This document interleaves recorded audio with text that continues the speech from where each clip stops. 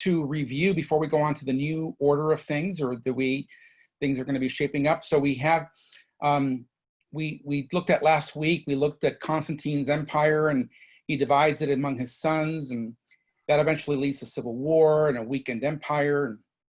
And then after Constantine, all the emperors except Julian, the apostate, we touched on briefly last week, were Christians.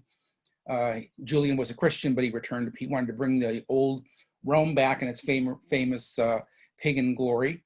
And so he tries to revive paganism, tried to rebuild the Jewish temple, but he was killed in battle against the Persians.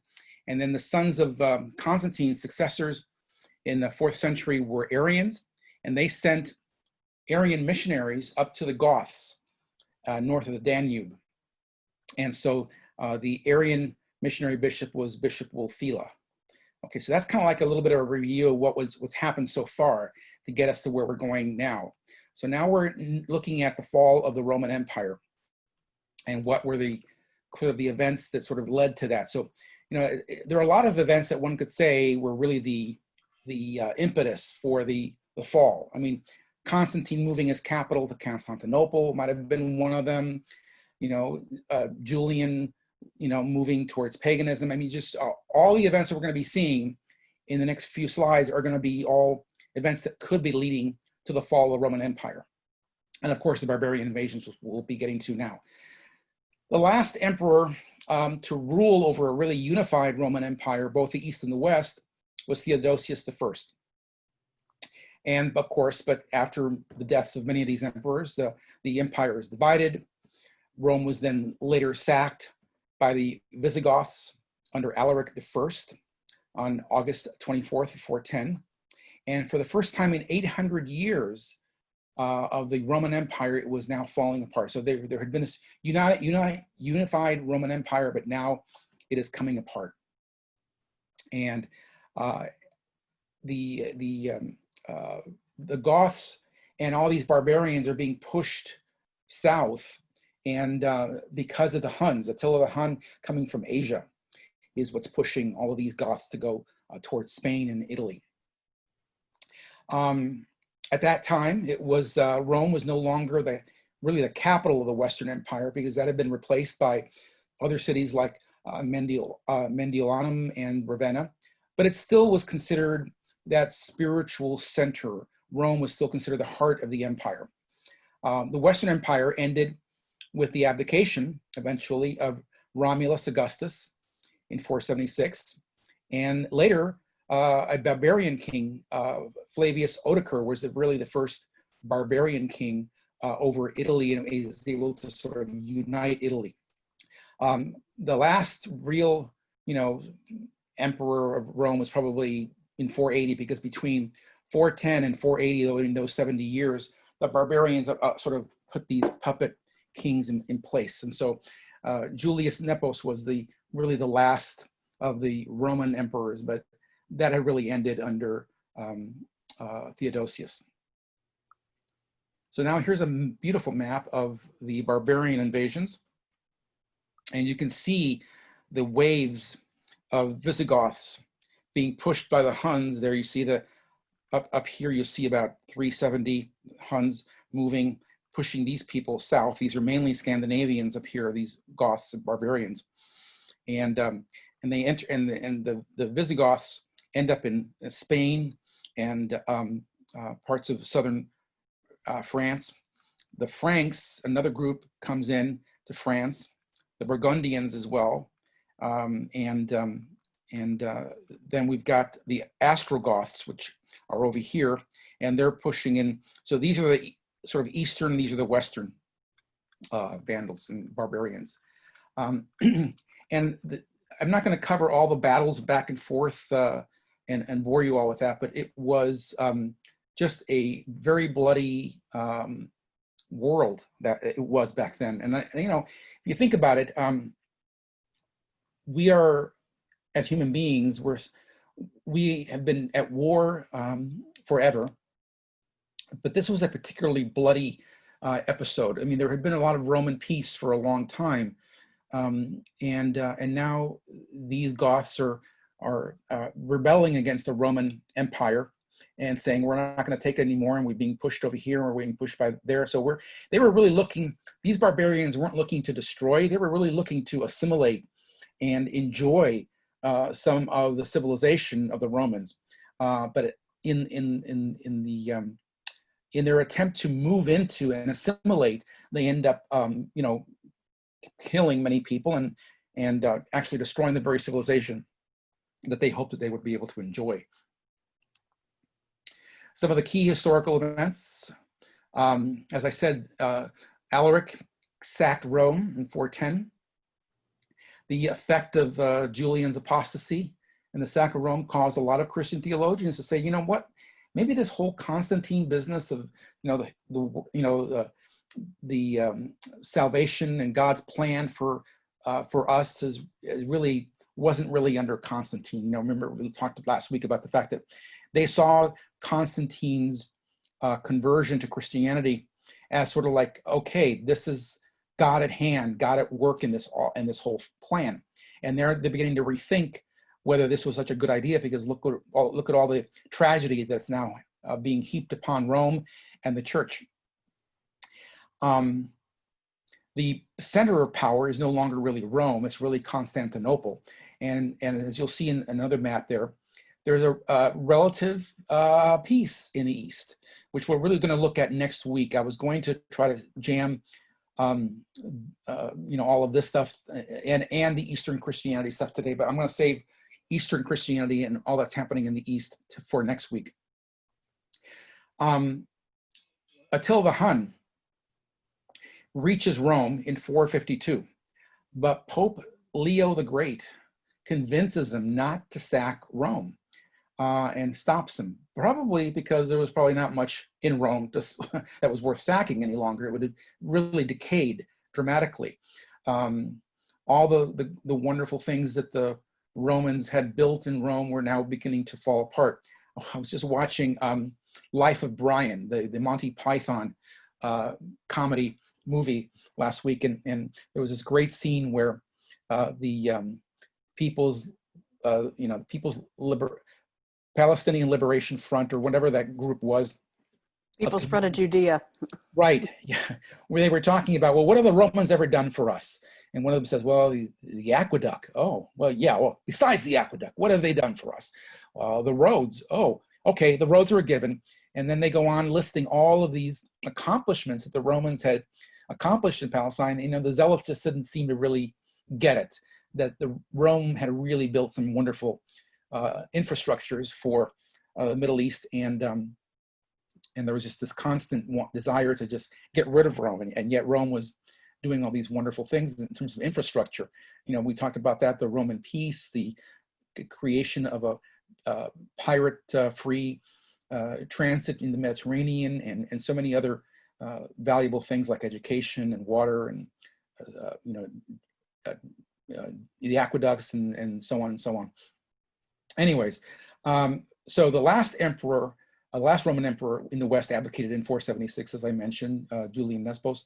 And then Pope Gelasius writes to Emperor Anastasius in the East, saying that the spiritual power is superior to the temporal power. And this is having to do with the rise of the papacy. So already in the 5th century, we're seeing the papacy beginning to ascend in power. Mainly because, as we'll see, there's sort of this vacuum of education and civil authority, which the church is able to sort of fill that vacuum of leadership and power. And as I mentioned, Julian tries but fails to reunite the West and the East in the 6th century. So by the 5th century, the Roman Empire is, after the sack of Rome, is looking sort of like this. We've got Vandals here in Spain, Alemanni in France, which is why Germany in the Spanish is called Alemania. And then we've got France here, the Saxons over here, Northern Europe, the Celts, and the Scots up here. And then you've got the eastern half of the empire over here with the Huns. And then you've got the Western Huns putting pressure on all of these Goths that go south. You can see down here in the Eastern Empire, there's no barbarian invasions down here. So it's a relatively peaceful situation. So, Father, I have a Yeah. question. You said the Celts and the Scots appeared, and the map says the Picts and the Scots. And I actually did have a question. When were the Celts and the Celtic Church with St. Patrick and all of that, when was that active in Ireland and on the shores of what is now Yeah, England? that is one of my upcoming slides. Oh, thank you. Yeah. Okay. And All right. but because because Great Britain was not really sacked by a lot of barbarians, it was able to sort of flourish, especially in Ireland, which was never really part of the Roman Empire. Mhm. And so, the Celts and the Western Church are sort of at odds, and we'll be getting to that right now in the next. Okay, great. Thank you. Yeah. And there we are on the topic of the Christianization of Okay. British Isles. Oh, I Yeah. just was giving you a segue. Yeah, you were having. Father, could I ask a quick question? What's the difference? Are they just divisions within the Goths, the Visigoths, and the Ostrogoths? What's the difference there? Well, so these were the Visigoths were here in this section of this area of the empire, and then the Ostrogoths were in this area of the empire. So the word Ostro just simply means east. Oh, okay. Yeah. Let me double check. Let me take a look at that again here. Yeah. There's the map, so you can see the Ostrogoths over here, Visigoths over here. They're basically more of a geographical separation. Okay. Yeah. Thank you.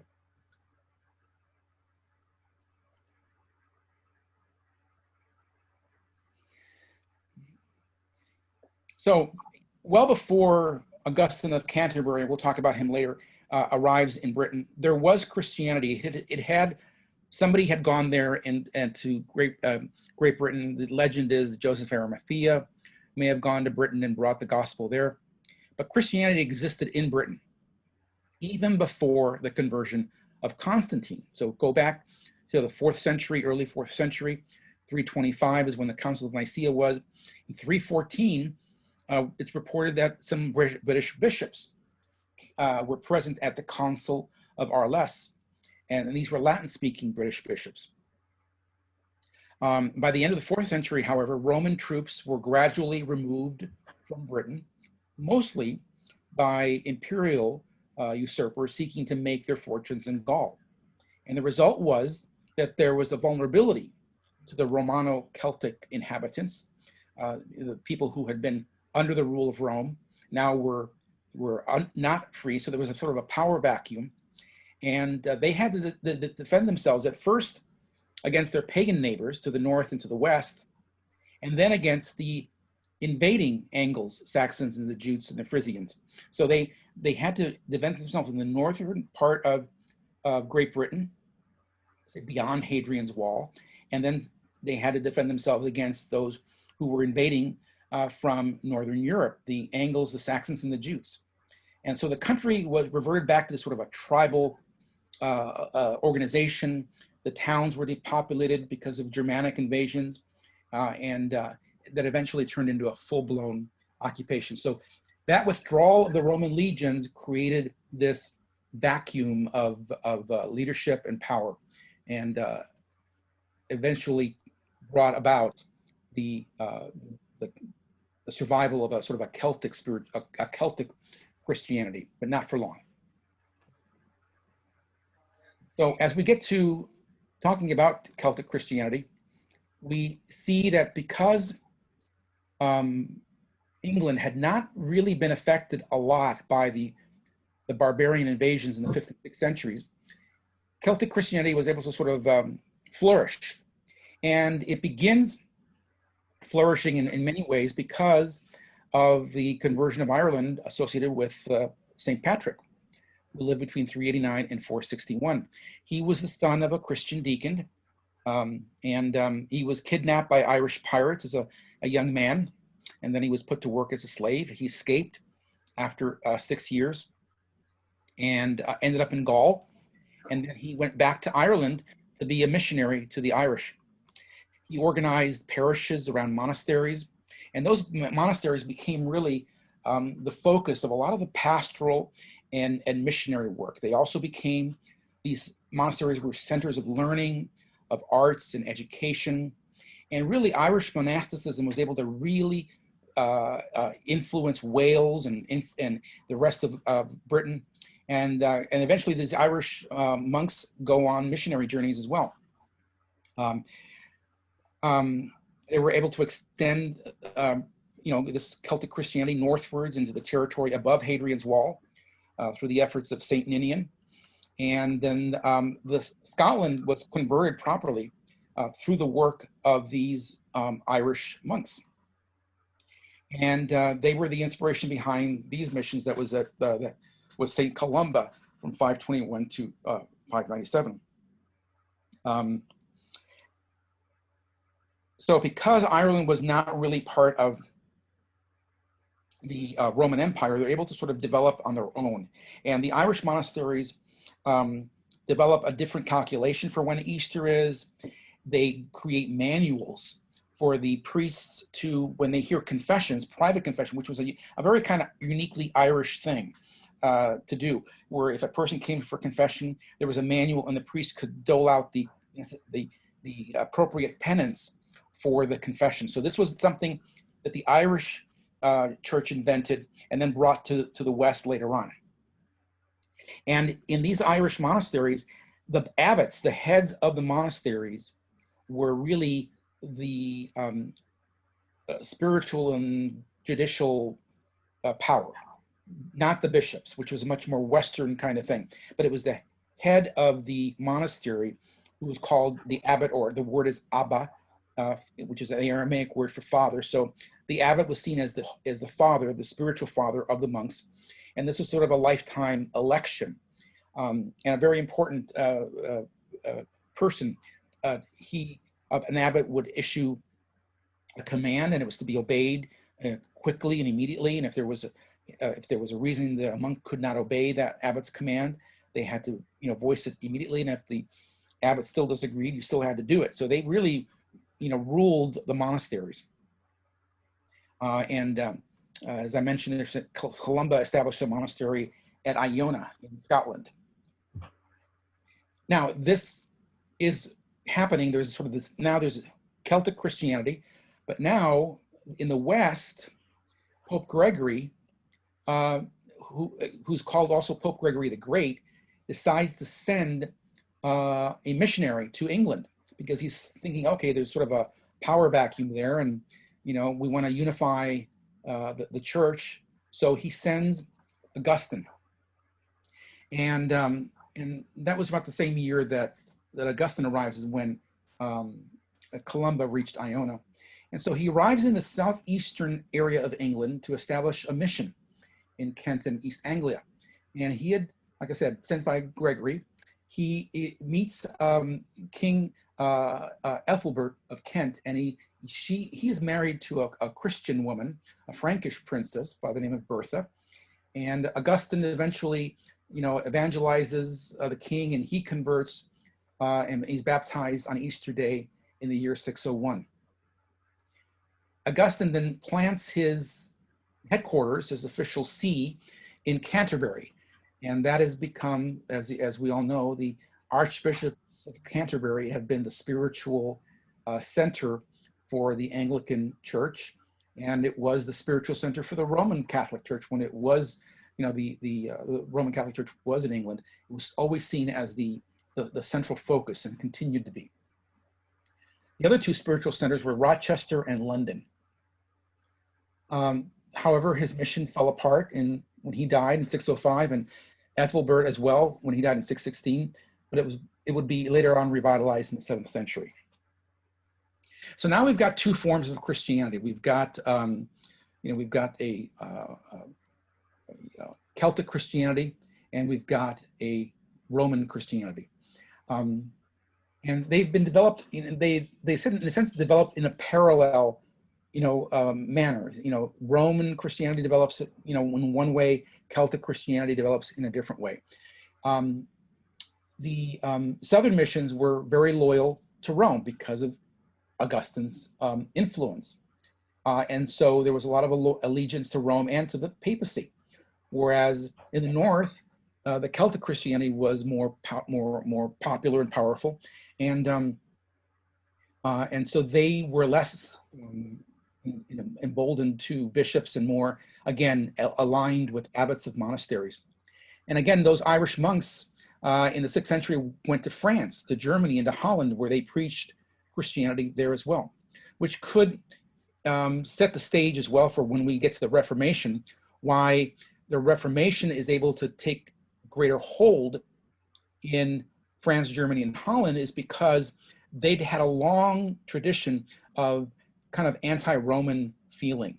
And so that's why the Protestant reformers were able to be probably more successful in those countries, because they had, since the 6th century, they'd had a real aversion to bishops and kind of centralized power in the South, in Rome.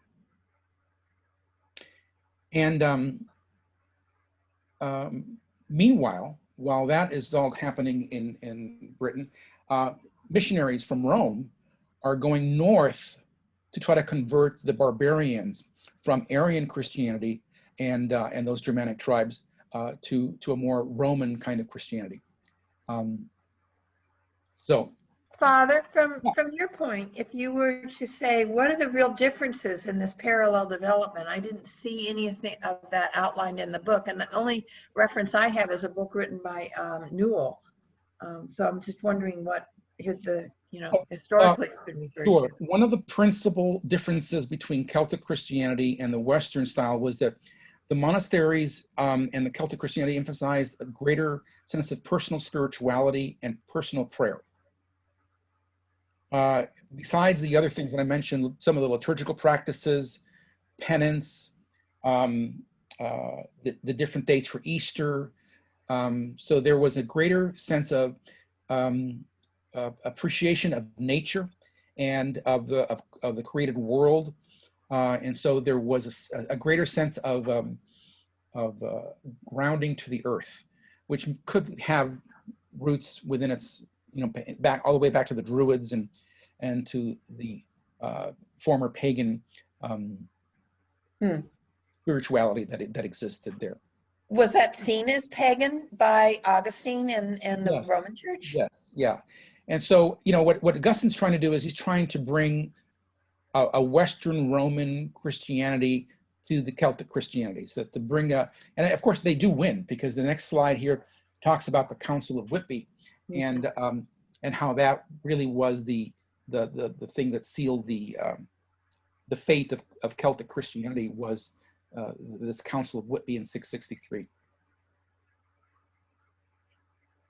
So how do you attribute the large amount of attention that our church and other Protestant churches, and actually some Catholic churches, appear to be giving to Celtic prayer and Celtic spirituality? I mean, you see it come through a lot in the New Zealand prayer book. So yeah, I think it's kind of like this is a more recent kind of it is, yeah, popularity. It wasn't a long time ago.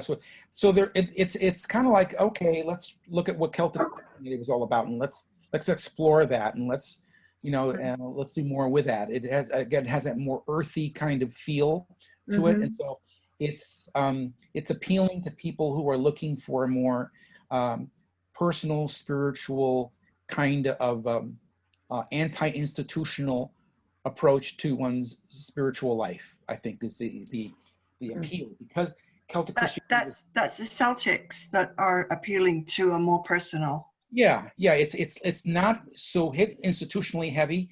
It's not based on bishops in Rome and the Western, models of imperial hierarchy. Right.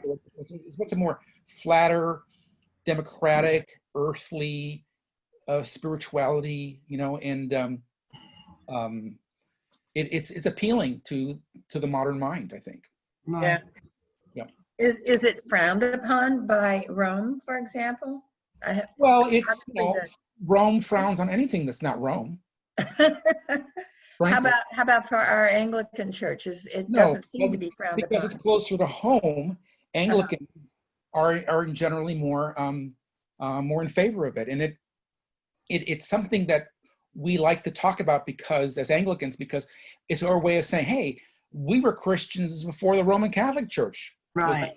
You know, Okay. it's our original stock. It's our original heritage, this Celtic Christianity. So by embracing Celtic Christianity, the Anglicans are saying, hey, our tradition is just as valid as the Roman imposed tradition. You imposed the kind of Romanish, and Celtic is more us. It's who we were before Rome showed up.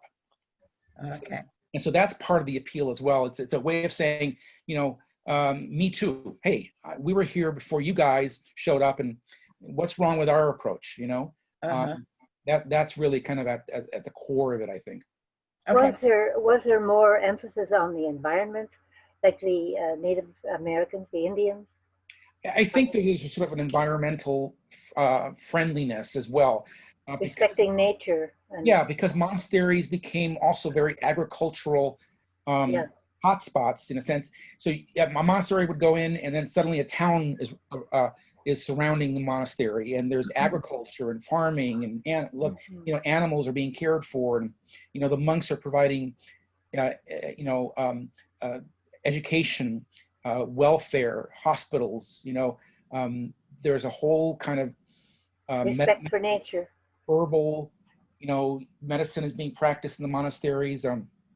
It's a very earth-friendly kind of monastic life, whereas the Western style had been, you know, very harsh. You know, they've been the Roman Empire, you know, and there's a sort of, you know, force and hierarchy and, you know, emperors.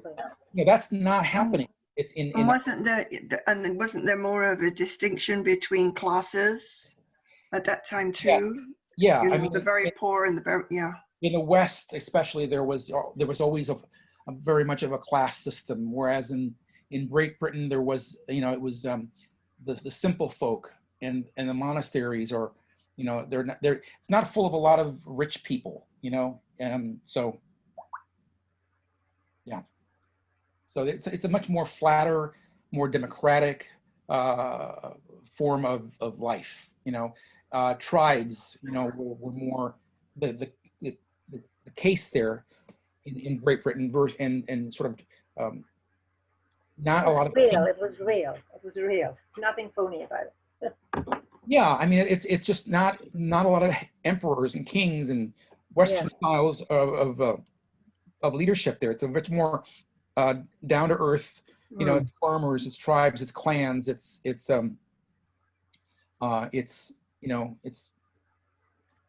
know, kind of average Joe Christianity. It's not, you know, in the imperial model of the West. So I keep wondering if that bent and spiritual philosophy would be attractive to the heartlands of our country, which are, and to my fear, tending to become so anti-citified, but at the same time picking up their guns to defend that, and which is to me very scary. And Celtic spirituality would not accept guns to defend God, for the sake of having a gun, you know, it just wouldn't fit. And I keep wondering if this level of spirituality would not be some form of gentling mission, if you will, to what seems to be developing out of our own American and maybe some extent in Canada. I don't think so, though. But the heartland, the anger that's starting to boil up against you know, the New Yorkers of the world, if you will, or the Los Angeles of the world, that they tend to spew hate towards. So it seems like we need a gentling of our pastoral part of our country at some level. That it's beginning to scare me quite a bit. yeah, and that's a good word to use, pastoral. Celtic Christianity tended to have a much more pastoral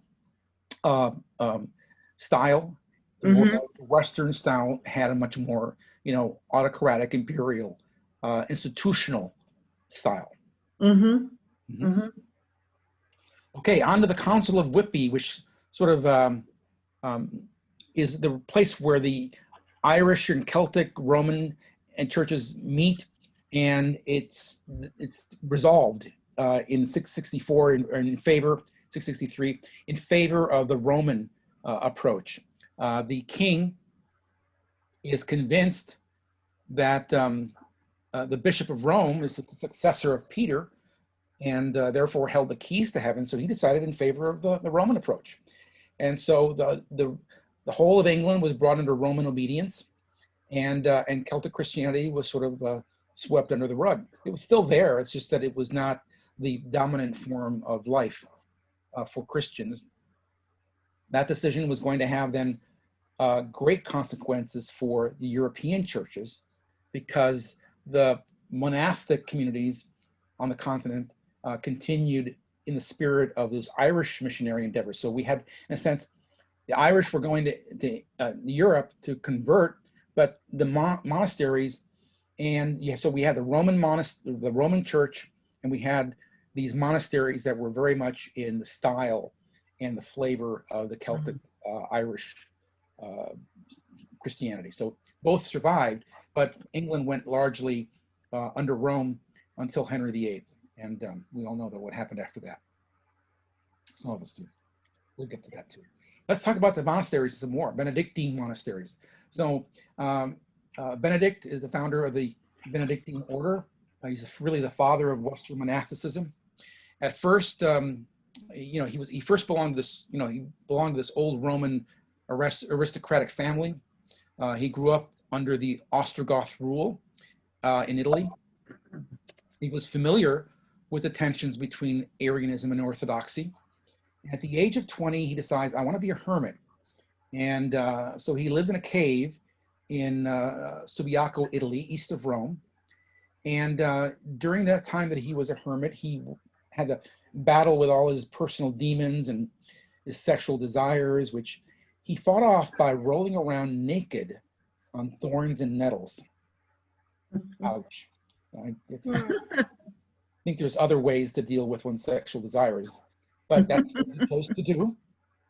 And upon mastering his passions, he seemed to emerge from that solitude and like a person able to control the forces of nature. And he attracted, followers, and they didn't leave him alone, because as all these monks do, they try to first be alone and be a hermit, but they become famous for their discipline of spiritual life. And so he eventually establishes 12 distinct monastic communities east of Rome before he moves his base of operations to Monte Cassino in the mountains of southern Italy.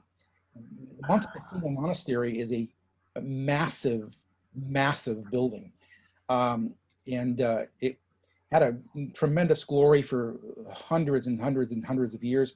And then it was practically leveled and destroyed in World War II, leaving almost just, bare walls alive, but it was restored after the war and to its former glory.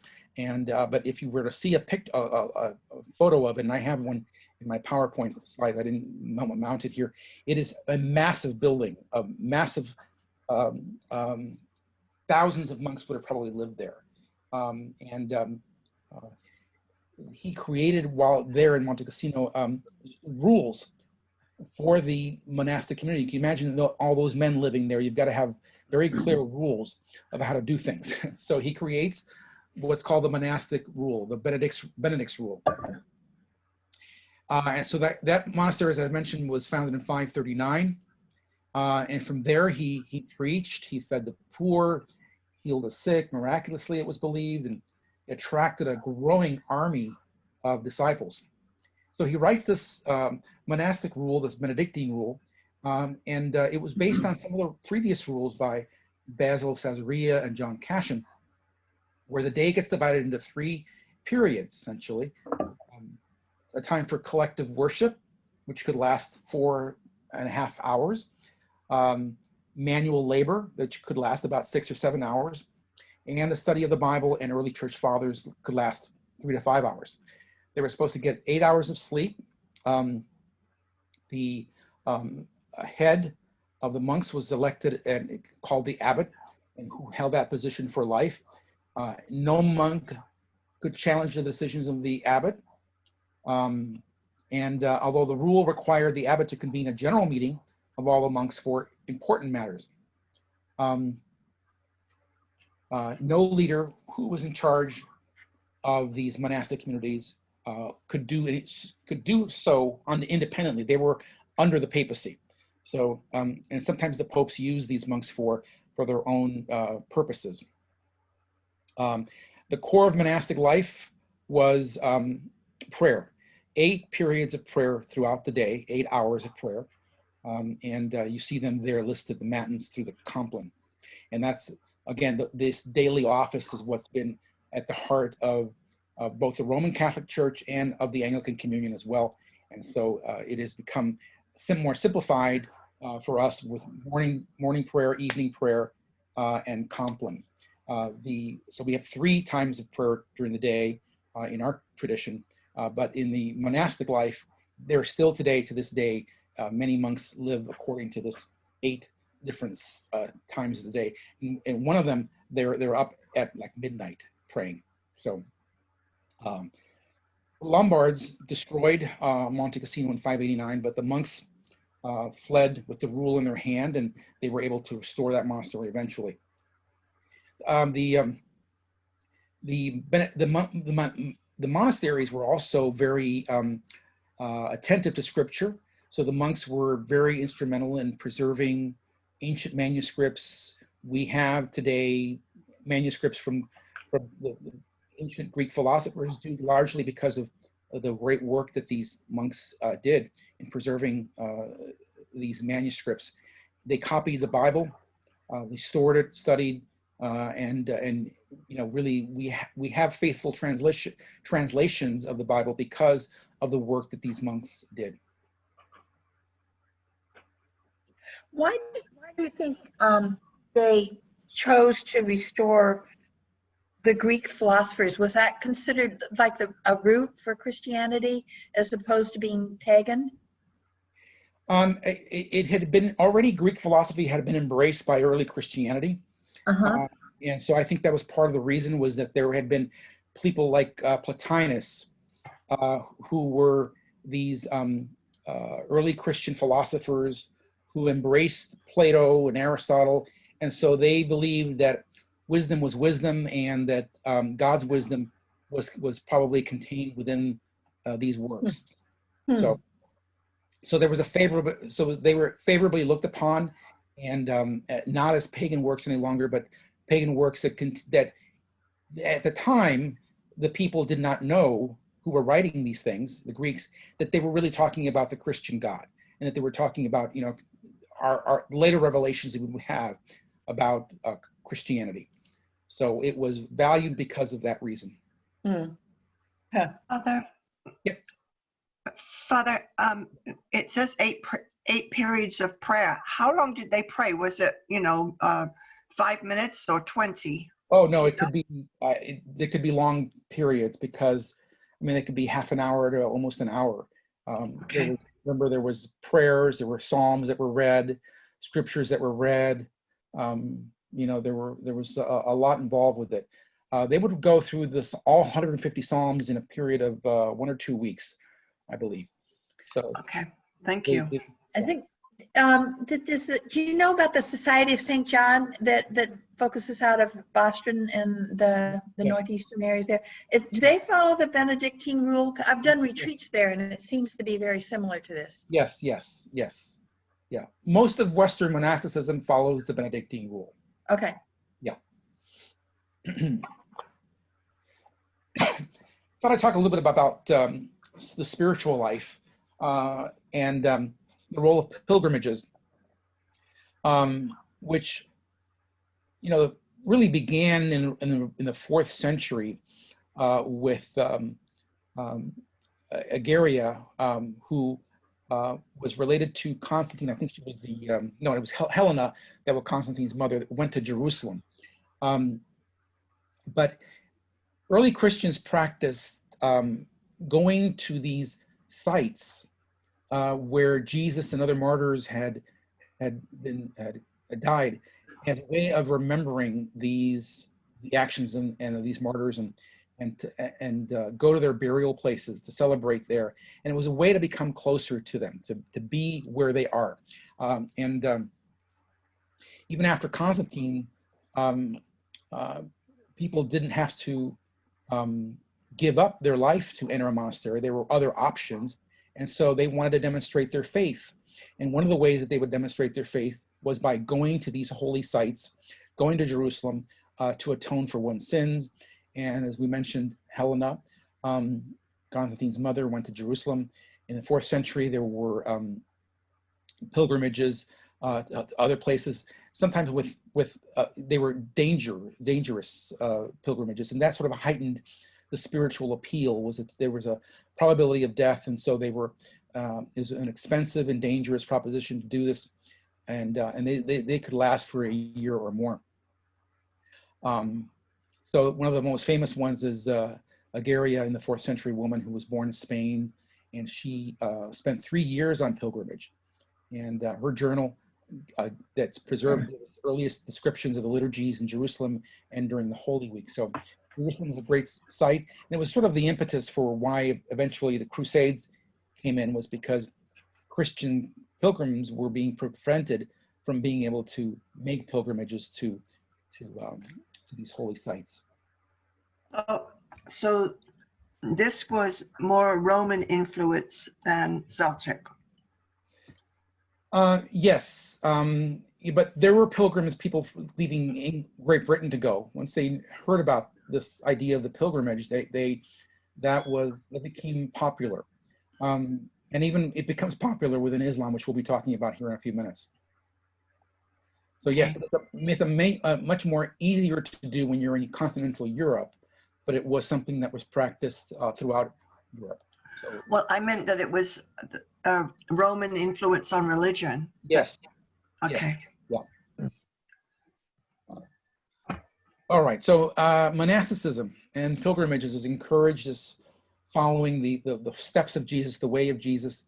Gregory of Nyssa, however, an Eastern bishop, opposed pilgrimage because they were often undertaken for, he thought, the wrong reasons. He said, hey, listen, God is everywhere. Simply being in a holy place doesn't make you holy. It's, you're not going to become a Chevrolet by being in a Chevrolet dealership. You can be in a Chevrolet dealership all you want. You're never going to be a Chevrolet. So, a pilgrimage shouldn't not be a requirement for a holy life, he believed. And however, he did himself go to Jerusalem. And of course, I will probably go to Jerusalem myself too, because that's sort of, for me, a spiritual pilgrimage. I want to do that. And so it became, the thing to do. And it became a sort of a symbolic pilgrimage, is our journey to our heavenly home, to Jerusalem.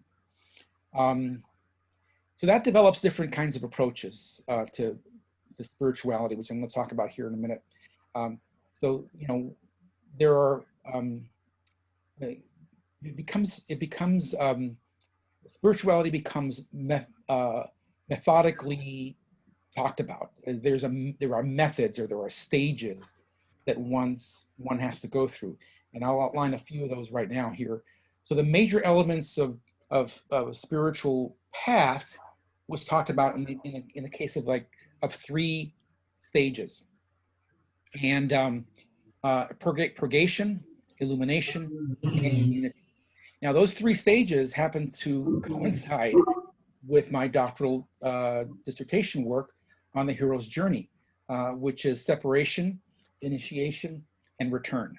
Those 3 stages are found in Joseph Campbell's hero's journey, and they also are the spiritual stages of a spiritual life. That is, one leaves one's comfortable place and is purged of one's past, and then one eventually, and that purgation is, by the way, not exactly a fun thing to go through, which is all the trials and challenges that a hero has to go through. And then there's a moment of the light bulb goes off, the illumination goes off, the insight, the reward happens, where now I know who I am, now I've been transformed, and now I go back and I bring this message of illumination to others,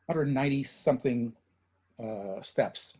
It's 12 days, and that was our pilgrimage. And Where did you go from? Where to where? from St. Bees to Robin Hood's Bay. Oh. We flew into Manchester and then left St. Bees, which is on the coast, on the Irish coast, northern that coast, and then we went all the way across through 3 national parks, and ended up. We spent one night in Whitby, Oh. and did morning prayer at the church there in Whitby, and then we went on a coastal walk from Whitby down to Robin Hood's Bay, and that's the famous coast to coast walk. Oh. And you can find it on YouTube, and there's all kinds of videos about it, and it's all over the internet. And so we did that. You crossed the Pennines. You crossed the Pennines? You crossed the mountains? Yes. So we crossed mountains, and it was like going on a Lord of the Rings hike. Yeah. Ah. I tell you, it was on the second day. It was rainy. It was we were along some rocks and climbing, and I was thinking, oh my God, if the parents could see where we are with these. I know. I was a hiker myself at college. So I know And, the trouble. Yeah, and it was scary. My daughter was one of the chaperones, and I said, Jackie, lean to the right, honey, because if you lean to the left, you're going to fall into that gorge and into that. And literally, it was like, oh my God, what the hell am I doing? Estella was wanting to go on this pilgrimage, and I said, honey, you would not have gone a second step after we got there. You would have said, send the helicopter. I am sorry, I am not going another step forward. It was pretty hairy there. But we got all the kids back with no injuries, thank God. We got to see the countryside.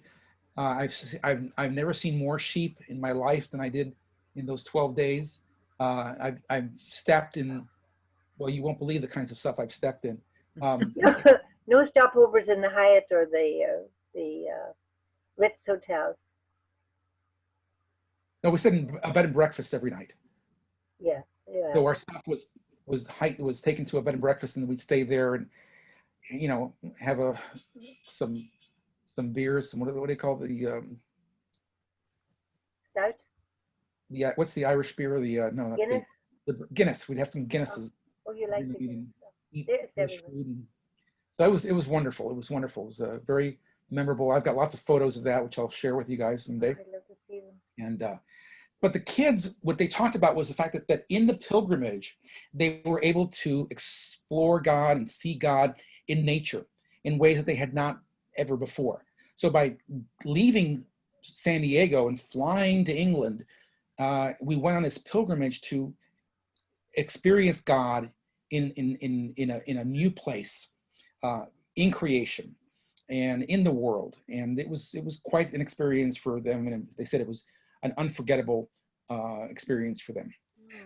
I have to share, I'll do it quickly. Larry and I, for a number of years, had a youth group, and we took them on what was called the Appalachia Service Project, which was a Christian-based service project in the central Appalachian Mountains. And it's Appalachia, not Appalachia, as we would call it in the north. These are kids from a very wealthy Boston suburban community, and they're in the pits of some of the worst poverty that you can imagine, doing home building and, you know, crawling around inside of homes and under homes to fix foundation and what have you. And each night ended with these college kids that were taking them through Christian-led prayer and singing and what have you. Those kids, I have to tell you, became so totally transformed in that process that their parents came to us and they said, what did you do to them? You know? I mean, wonderfully transformed. They stopped their fighting. That most of them stopped, you know, drinking parties and what have you. Most of them still write to me about what service they're doing in their communities as now young adults and young parents. So it was a remarkably transformative experience for us watching them, and they really led us closer to God in that whole experience. It was pretty remarkable. Great, wonderful. Yeah, that's we've seen that kind of impact before with even these kids that we took to England. So yeah, great. Okay, let's talk about the papacy and the rise of the papacy. So most scholars will agree hesitantly that Peter did visit Rome and was martyred there, most likely. And but it's really not clear whether he established any form of hierarchy there. So it's very likely that Rome initially was sort of governed in the church government was very much bishops and priests together sort of in council. There was not the sense of, one guy's in charge, the Pope. There isn't yet that kind of clarity about the papacy. That comes a little bit later. But because of this power vacuum and all the barbarian invasions and all the fall of Rome, it leaves a power vacuum for the church to influence and to lead. They were the popes, the bishops now were the educated elite from the highest classes of Roman society, and that kind of high class aristocracy that was now running the church was what led to the papacy's to the development of the papacy, or the evolution of it. But it was that idea that Peter had been there. There was the supremacy idea that was being promoted by Leo the Great, especially. We'll see here in a minute, and that really allowed for that development to happen. So the church in the West was regarded as the guardian, in a sense, of the ancient civilization. And the Western church had that prestige of having the bishop being the focal point for a center of gravity for all the violence and the barbarian violence that was the darkness, in the sense that it had overcome Europe. The church was sort of that light that was lighting and holding Christianity together. So Christianity was holding Europe together, in a sense. And one of the guys that really did a great job of it, how he did it, I'm not exactly sure, but Leo the Great, as I mentioned before, was able to convince Attila the Hun not to sack Rome. Later on, Hilarius, divides sort of the East and the West, and sort of there's a schism between the East and the West that's later healed, with Hormisdas. And then Benedict comes in, and he is able to, again through diplomacy, hold the Lombards at bay by using the Franks. And then Pelagius II, bought the Lombards off, and as I said, appealed to the Franks. And then Gregory the Great, who's really the one I want to speak about the most, really was the great political leader, church leader, and real pastoral leader of the early church, and a great theologian as well, or at least he believed Augustine was the great theologian. Politically, Gregory was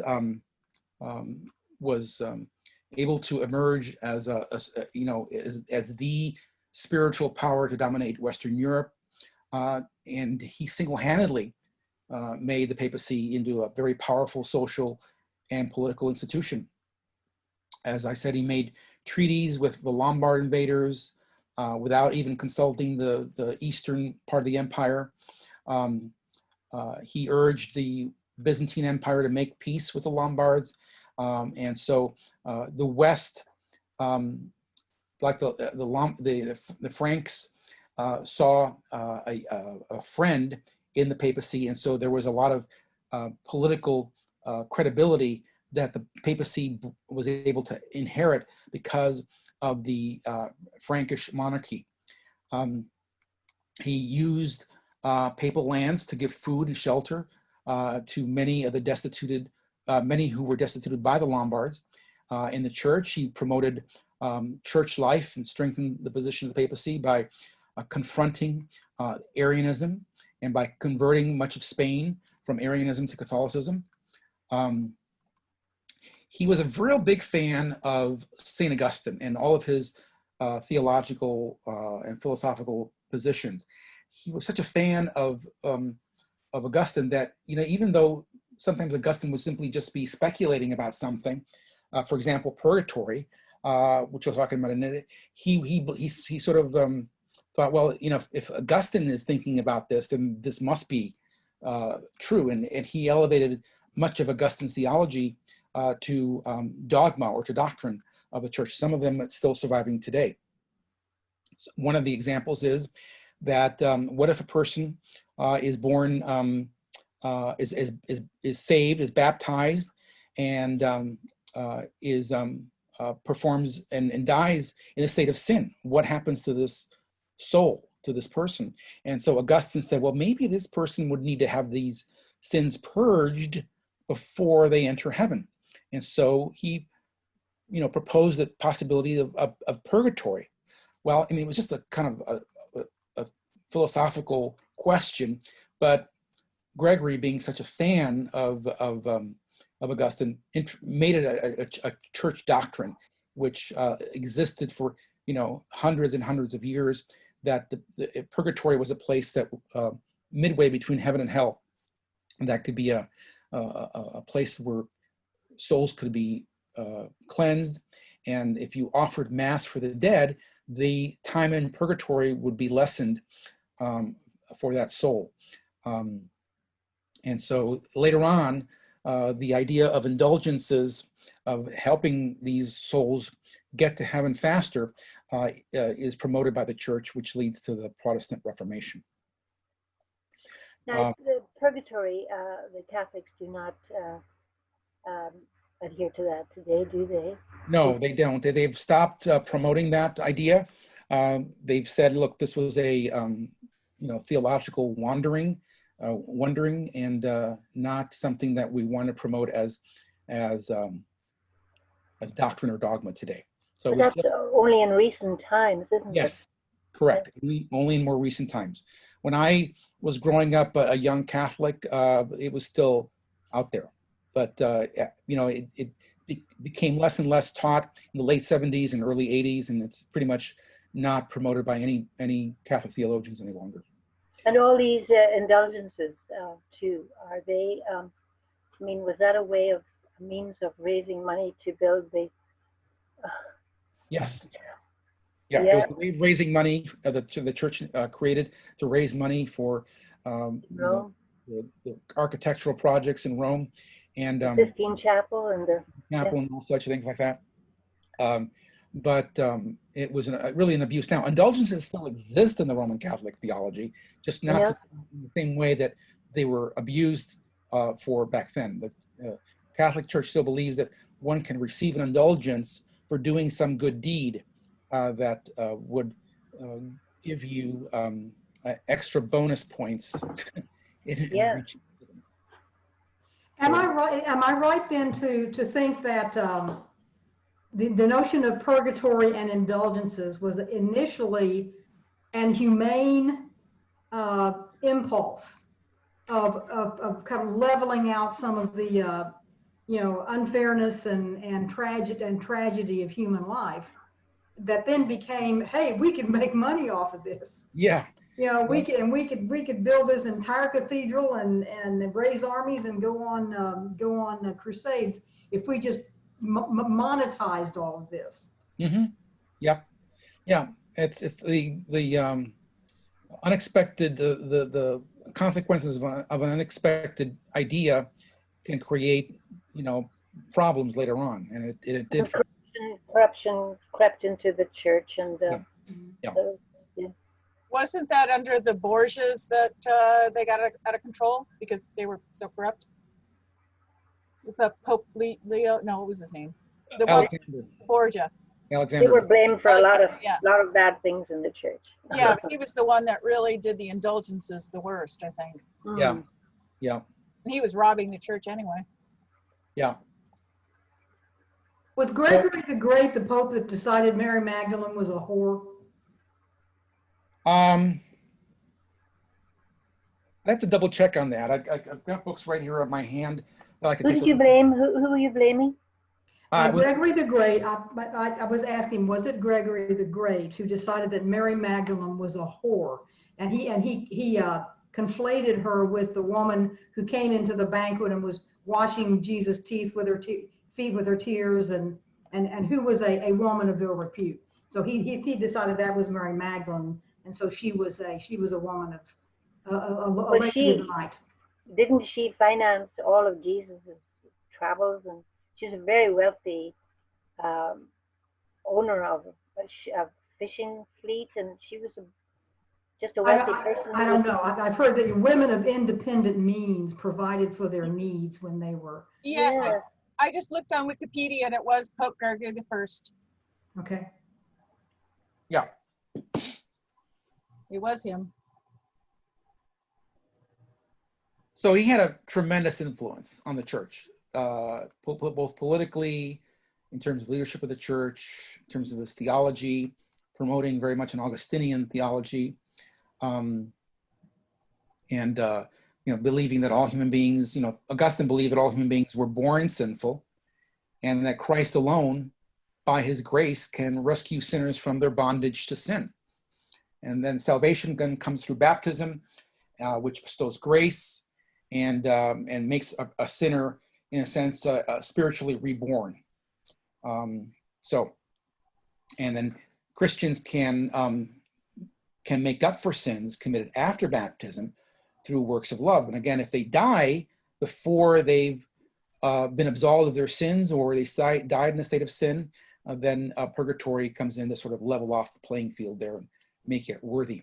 So if we look at some of the things that really sort of the events that led to the development of the papacy, you can see here from the year 600 all the way to 1546, the things that popes did and imposed that creates sort of a rise in their power. Notice that clerical celibacy is not imposed until 1079. And the transubstantiation is not proposed until 1215. And it's 1215, that same year, that they proposed 7 sacraments. So there's a lot of stuff that happens in the church for 1,000 years before they get sort of institutionalized by the papacy.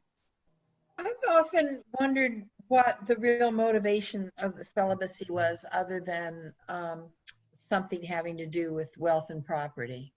It was the standard of monastic spiritual life, right? You can't be married and be a monk.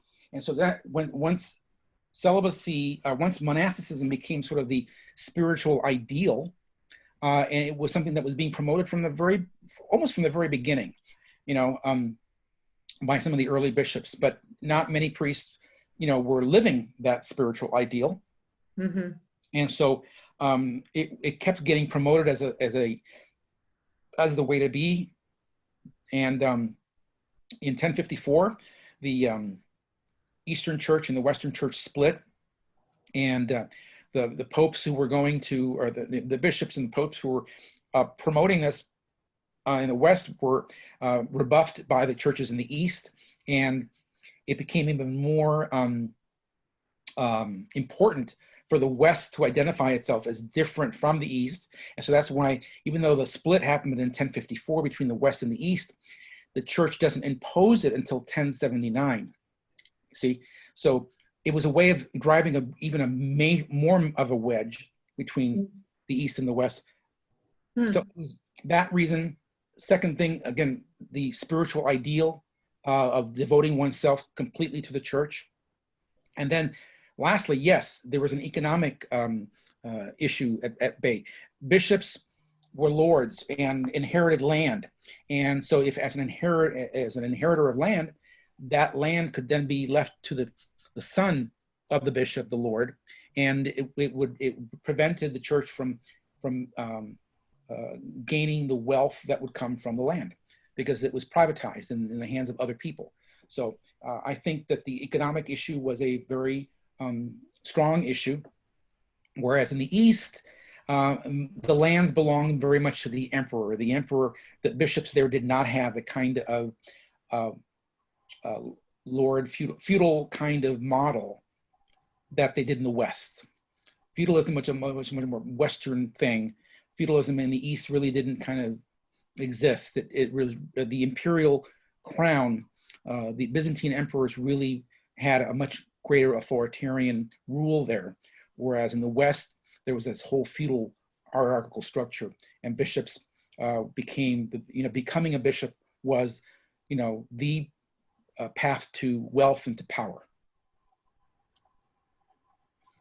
and it was Pope Boniface, who says, "We are compelled in virtue of our faith to believe and maintain that there is only one holy Catholic Church, and that one is apostolic. This we firmly believe and profess without qualification. Outside this church, there is no salvation and no remission of sins. Furthermore, we declare, we proclaim, we define that it is absolutely necessary for salvation that every human creature be subject to the Roman pontiff." So there you go. However, there were 5 distinct bishoprics, and each of these cities had bishops there who were archbishops or papas. And so these 5 bishops there were called papa. They didn't encourage it, but that's what they became. The title in the West became, the Bishop of Rome became a papa or pope. These guys also became popes, but because of the rise of Islam, their influence lessened, whereas in the West, the influence remained strong. And what the cause of that lessening of influence was the rise of Islam. So very briefly, I want to take a look at Islam. And the religion of Islam began with Muhammad, who was born in Mecca in 570. Story is he was a fairly illiterate man, but he was orphaned as a young boy. His uncle took him in, and he began working the caravan routes and drove camels. In his mid-20s, he marries a widow, and he's believed by legend to be a very spiritual man, concerned about the welfare of people. And when he's out in the desert praying, he hears the Archangel Gabriel call him to be the prophet for the one God, Allah, and that he would be the final revelation to the traditions of Judaism and Christianity. So this was, in a sense, it was a continued revelation, but now revelation was closing with Muhammad. And so prior to Islam, the kind of religion or faith that was being practiced was tribal gods. Each tribe had a god. And so the tribes were always constantly at war, which means the gods were at war. So when a tribe went to war, it was my God versus your God, our tribe versus your tribe, and whoever's the victor is because your God is no longer powerful. And so it led to tremendous tribal warfare. But here comes Muhammad saying, hey, there are no other gods. There's only one God.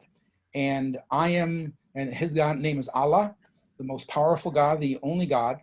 I am the messenger that will bring unity. So our goal, what you should be doing is submitting your pride, your will, yourself to Allah. So if you notice the prayer position of a person who is praying to Allah, a Muslim will be in this position of submission, where they are on the ground, bowing their heads, their hands out in front of them. It is the position that you would be in as if you were going to have your head cut off.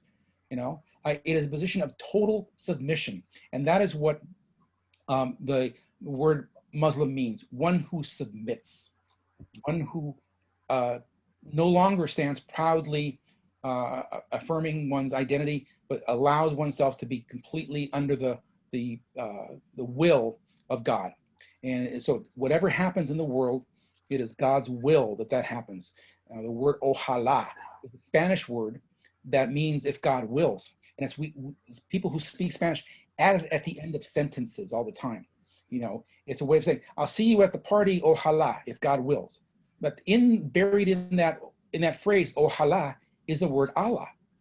And so there is a sort of a fatalistic mentality to Muslim spirituality. That is that what happens in the world, what happens to me, is all God's will.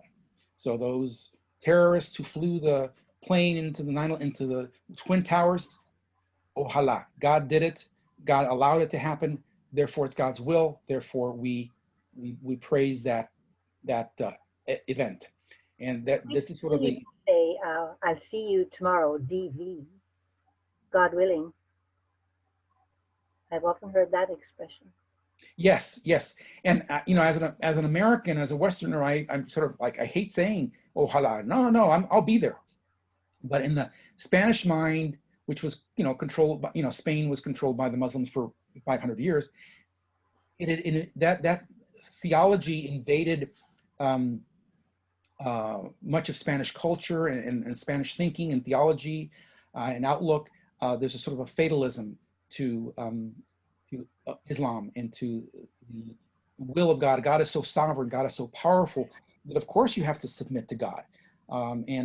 This is a religion that's very simple. There's no major creeds, no major theological controversies. There's just simply 5 pillars. That's what they call them, 5 pillars of faith. That is the confession of the faith. There's only one God, and Muhammad is his messenger. Prayer in a submissive form, again, 5 times a day. Giving charity and alms to others and to society. It's about up to 20%.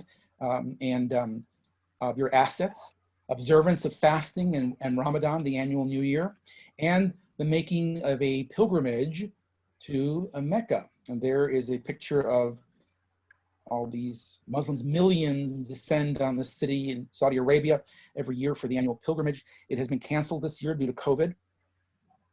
The millions of Muslims, only Muslims, by the way, are allowed in Mecca, circumambulate around the Kaaba, which is an ancient structure that was used before Islam to house pagan deities and gods, but is now the central holiest place in Mecca. We'll talk more about that, but this cloth, this is a black cloth that is covering it, and that is replaced every year and by workers who see their work on this as a very, very important ministry. What did you say is inside of that? It used to be, the Kaaba used to be a shrine for pagan gods before Muhammad cleansed it and banned all the pagan gods there. So it's very empty. It's just basically an empty room with some relics and artifacts of Islam. Okay. And it's not to be photographed, but I've seen photographs. I have a question. I see a lot of similarity between that and Christianity. Didn't Jesus teach to lose yourself? You know. Yeah, it's in a much more extreme manner within Islam. Muslims, people who are Muslim identify first as Muslim, and then secondly by the country that they are from. Yeah, but those 5 things that they profess are common to all religions, really, aren't they? Like, there is some commonality, and again, Muhammad was familiar with Judaism and Christianity. yeah, Religions that were around him.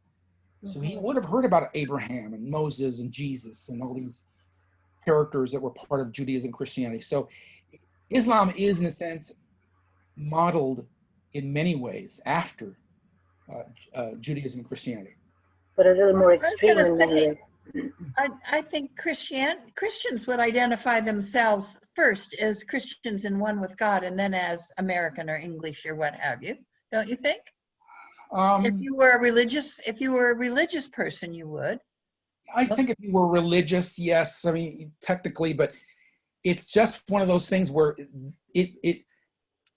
Islam brought such unity to these lands, as I'll show you here in this map here. It brought such unity through these waves of conquest that it blurred all the lines that existed were blurred. No longer were there tribes. We were all Muslim. We all worshiped one God. That blurring of those lines and those nationalities were blurred for centuries. It's only in recent decades that we've got these lines in North Africa. Notice the straightness of those lines. You know who made those lines? The British. Yeah. British after World War I. It's the West that made those lines. Those lines never existed before. And so there was no sense of I'm Saudi Arabian, I'm a Libyan, I'm a this, I'm a that, There were these caliphates that controlled the world, and you see that on the map there, the migrations, the control from Spain all the way into Constantinople. The only reason it stopped in Spain was because Charles Martel was able to stop the Arab conquerors there. But And isn't the Islamic religion really growing today? it is It is. the second Like, largest religion in the world. 1.6 billion Muslims. yeah. 1.6 billion. And of that, less than 1% are the radical jihadists. But less than 1% of 1.6 billion leaves you about 1.6 million people out there who really hate our guts and want to kill us. Mm-hmm. So I'll talk more about Islam another day. When I do my world religions course with you guys. Because I've been teaching world religions for about 11 years. These are a couple of slides from my PowerPoint with them. So Boy, this has been so interesting today. Yeah. by conquest that happens, you can see these three cities then become less powerful bishoprics because of the invasion of Islam. And what's left essentially is Constantinople and Rome as the centers of both the Western Church and the Eastern Church. So it was that invasion of Islam that really created this sort of gap and left us with these two major centers of Christianity.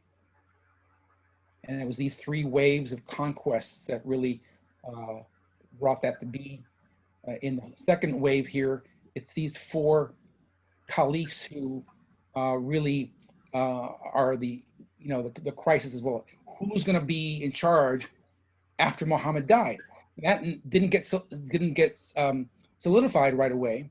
It created two divisions within Islam: the Sunni and the Shiite. And the Sunni is 90% of Muslims are Sunni, and they believe that the leader of Islam should be somebody who they elect from within the faith, somebody who's holy, very knowledgeable. The Shiites believe that the descendants of Ali, the nephew of Muhammad, should be the ruler. So it should be a blood thing. And you see Ali is right there.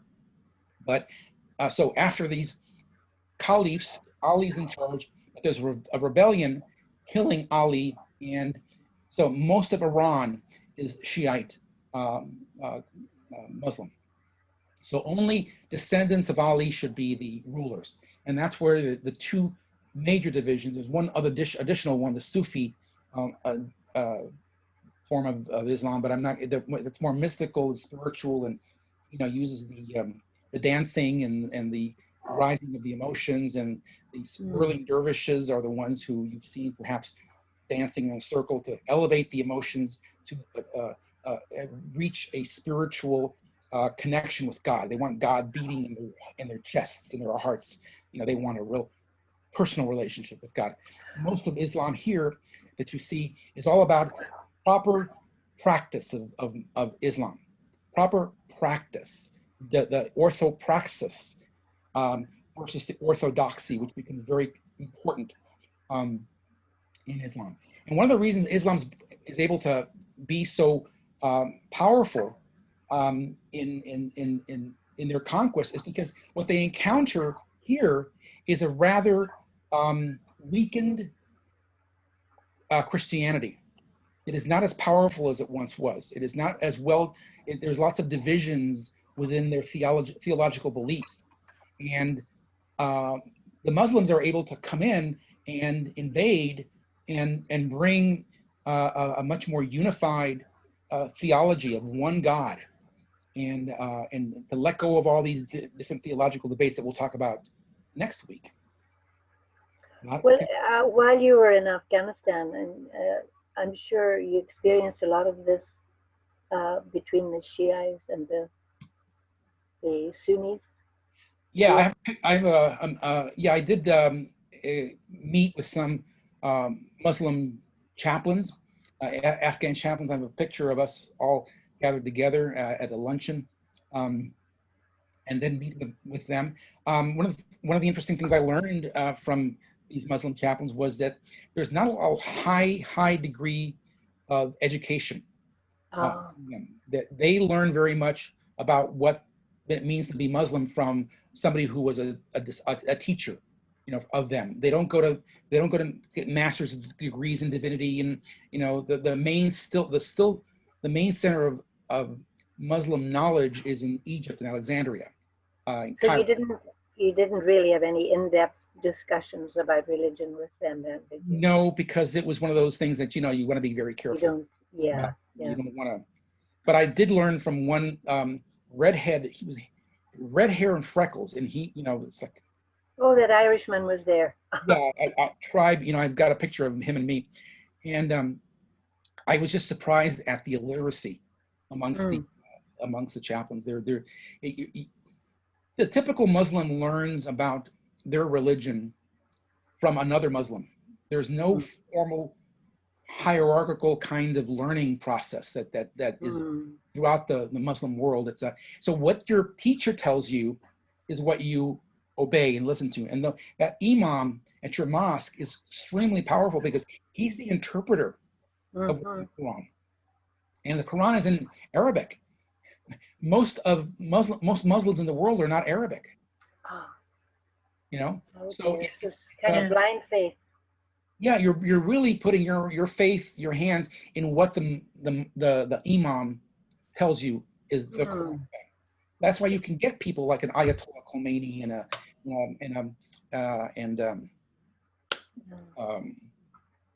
the guy we just killed a few years ago. Bin Laden. Bin Laden. That's why you can get people like a Bin Laden and others rising to power because the cult of personality undergirds their theological teaching, right or wrong. Yeah. And and there's a sense of all the other Muslims are wrong. They don't know what they're talking about. They've sold out to the West, and I'm presenting to you a purer form of teaching. And as we've discussed, as we all know, there's always somebody in somebody's religion that says, I'm a better Christian, I'm a better Jew, I'm a better Muslim, I'm a better Buddhist than you are. You're not a real Christian because you don't hold the faith in its purity, in its true way. So that exists in all the world's religions, and it's very, very much present within Islam. And for Islam, it's another story, but I mean, for Islam to really be, Islam needs to go through a reformation. In many ways, the same way that Christianity went through Reformation, Islam needs to go through Reformation. Until they do that, they are going to be very there's going to be a big faction that's going to be very anti-West. Martha.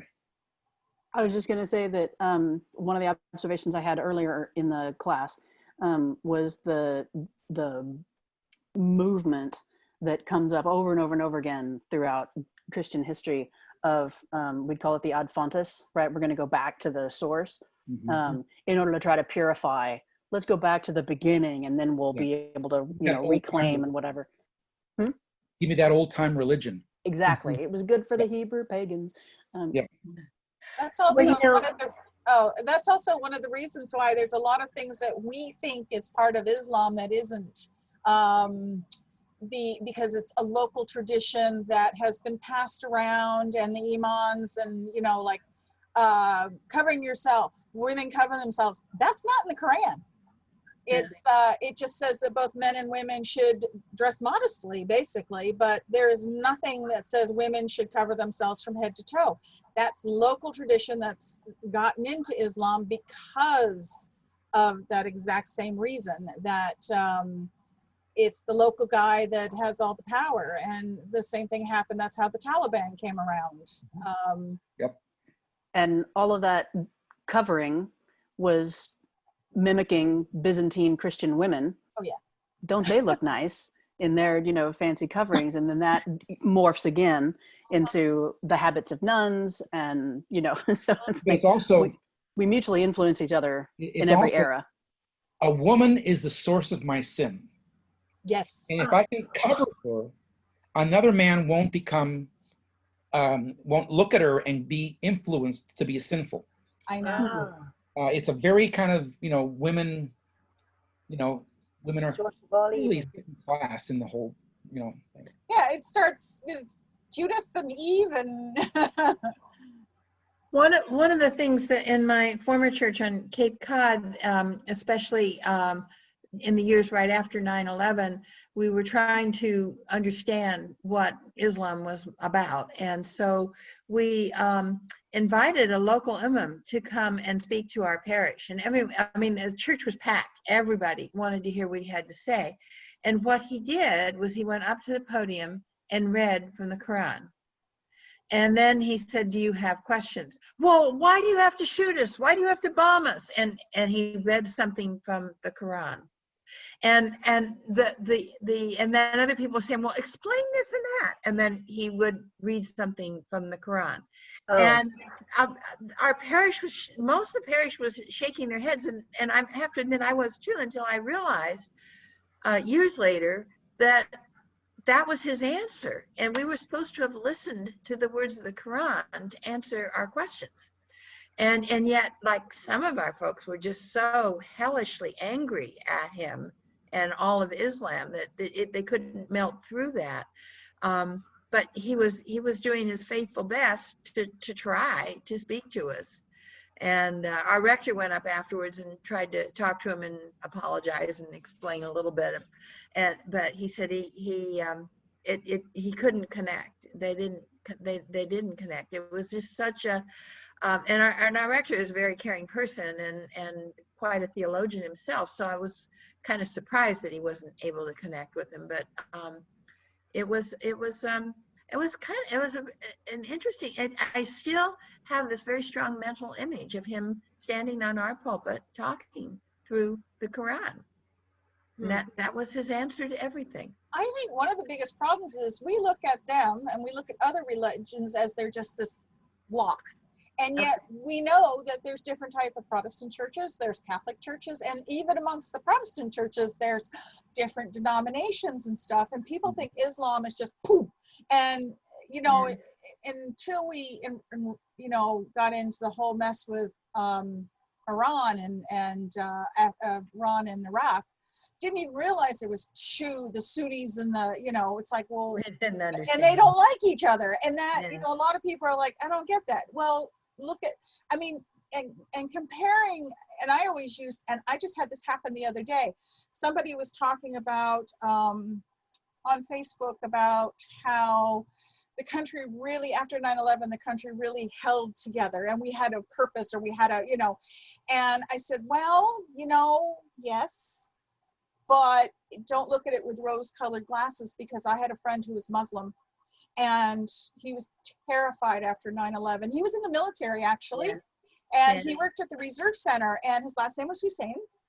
He worked at the Reserve Center. Every time he went to Miramar, because that's where all our paperwork was from the Reserve Center, and every time he went over there, he got the extra inspection, his car and everything. And finally, the CO of the Reserve Center had to call the CO of Miramar and say, would you please stop this?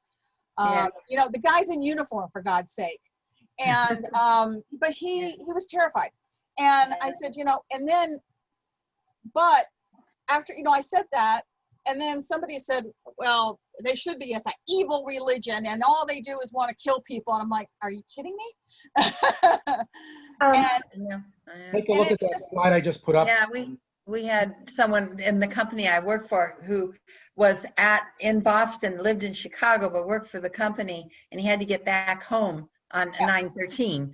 And we all were volunteering to drive with him rather than to put him on an airplane. And but it's just, it's just, it is a religion of peace, believe it or not. The Quran, it's a religion of peace, but they have, religious fundamentalists that are, and a lot of it, I hate to say, was caused by us as a backlash between us, colonialism, and us getting into Afghanistan. The Taliban happened because of the West and Russia getting into Afghanistan, years ago. But a lot of the stuff is backlash because of our colonialism, but also too, we have our extremists too. I mean, look at Westboro. I mean, so I use that. Well, look at the Crusades, as a historical. So if you take a look at the slide, take a look at the slide in front of you. There were mainly, three major groups of Muslims. Right. Okay? You go. So you've got the modernist, traditionalist, and the Orthodox, which make about 80 to 85%. Then you've got the Islamists, and fundamentalists who want to unify the political power with the state, with religion. So Iran would be an example of that. Right. And they're responding to the European colonialism you just mentioned, rejecting modernism, rejecting the West. You know, and then you've got the jihadists. Like I said, less than 1%, but you've got, you know, 15, 16 million of those people. And they're that extremist group. They're the ones they're the ISIS, the Taliban. Right. That's where you're going to find that group. And most the people who get killed by these guys are these guys up here. It's So, the truth. You know, Which ones? I couldn't see what you were pointing to. the jihadists are the bottom group, the less than 1%. Are That are killing who? a lot of the modern traditionalist Muslims, you know, the Oh. moderate Muslims, you know, the Okay. ones who we can deal with in churches and society and are serving in our military. So Yeah. You Father, know that after the 9/11 bombing, they did a documentary about the babies that have been born without their fathers. And the first child that was born after 9/11, whose father was a victim, was an Islamic child. Her husband had been in the building, but she just happened to be the first baby that was born was Islamic. Wow. Didn't know that. Yeah, Hmm. it was a documentary, and it was kind of all these women actually got together, and that's how the documentary got made. But these women sort of got together because they had something in common. They were pregnant, and she at first felt, you know, like she didn't belong. She was an outsider. She had her, you know, scarf on, and she didn't think she was going to be accepted in this group of women. Mhm. And they all accepted her because she had lost her husband. She was in the same boat as them, exactly the same boat as them. And it didn't matter that she wore a veil, Mhm. you know, and it was a very great documentary, but she just happened to be the first one to give birth. I also want to recommend, there's a YouTube video where, and there's a series of them, but there's this one in particular where a woman walks through New York City dressed in, you know, her normal I'm going to work clothes, a Western style of I'm going to work clothes. And a person is following her, filming her as she makes her way through the neighborhoods to get to work. And she gets cat call after cat call, right? And then she does the exact same route on a different day wearing a hijab, and nobody says nothing to her. I was like, okay, if you want to be left Hey, alone in New York City, I've seen that. bail up, you know, I duly noted. have to say, I was downtown one day, and these Somali women, they were going to lunch, and they were walking past me, and they were all in, what's the one that covers you from head to toe? the burqa. The burqa. They were wearing the burqa, but you could see their faces. They didn't have but their burqas were all in different jewel tones. Oh my God, I had to stop them and say, I'm sorry, but you guys look beautiful. I mean, because it was just, you know, purples and turquoise, and, you know, they were all solid colors, but everyone had a different bright colored burqa on. And I just said, you guys look, you're beautiful. There's a park, the park that Liz had her bridal shower in. Yeah. There's a group of Islamic women that meet there just like that. They're dressed and bejeweled and beautiful. Yeah. And they gather together, I don't know, every so often I've seen them because I've been to that park before, and then they were just sort of leaving, I think, when we started Liz's shower. So it was quite, and they're real friendly. I just stopped and told them they were pretty, and they smile and wave, and then they're just talking like a bunch of women. And I'm going, oh, good for them. I would like to inject a little levity into this whole thing and tell you about Paddy the Irishman's philosophy. As far as religion goes, you think you're right, I think I'm right. We both can't be right. Therefore, I'm right and you're wrong. So, as far as religion goes, we all think we're right. Yeah. We both can't be right. Therefore, I'm right and you're wrong. Well, there's a lot of people that think the Episcopal Church is, you know, Yes. wrong. You know, we got to get it from both sides sometimes. Evangelicals don't like us. The Catholics don't like us. You know, it's kind of like, I've always had a philosophy that I refuse to hate. It's just as simple as that. I may dislike you as a person, but I just refuse to hate. I don't use that word. Yeah. Because And love is the most important thing in life, right? It's just the fact I refuse, absolutely refuse. And that gentleman that said that in the comments, I emailed him, sent him back a message, and I said, I am sorry that you think that way, but it's just not, as an Episcopalian and a Canadian, it's just not my way. And I said the Canadian part because I looked at his homepage and he lives in Canada. I don't think he's Canadian though. So, but I had to put that in there. So. All right, folks, I am signing out, and it's been fun. And next week we will look at the Eastern Christianity, Eastern Church, the Orthodox churches, and all the theological controversies that led to figuring out how Jesus is divine and human at the same time. Father, you've been so patient. How you pull that off, Jesus? Come on, tell us how you pull that off. That's what they're all trying to figure out. How'd you pull that magic trick? All right, so we'll talk about that next week. And you guys You've been so patient. You've been so patient. Oh, thank you very much. I love teaching. I'm a teacher at heart. You know, I just got an email from a young man. We were in youth group together in Los Angeles at St. Francis of Assisi Catholic Church. He was going to be a priest. Very, very pious. Everybody said, oh, he looks like a priest, you know. And when I would say, I want to be a priest, they'd go, yeah, they would laugh because I was like the opposite. Anyways, he ended up now becoming a priest, ended up getting married, I think. And I'm the one that became the priest in '97. And so he just said, I heard you were going to become an Episcopalian. I guess you did it. I guess, yeah, I guess I did it.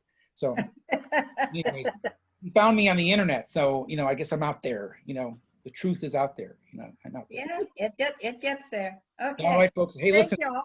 I'll send you guys. I'll send Cindy, Susan, Janet, Georgia, Martha an email.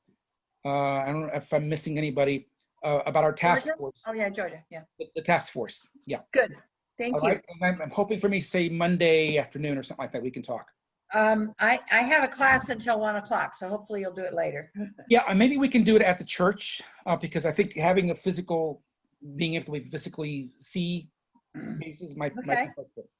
Okay, I'll send you an email. Okay. Sign out, guys. Take care. Have a great one. Bye, everyone. Bye-bye. Bye-bye.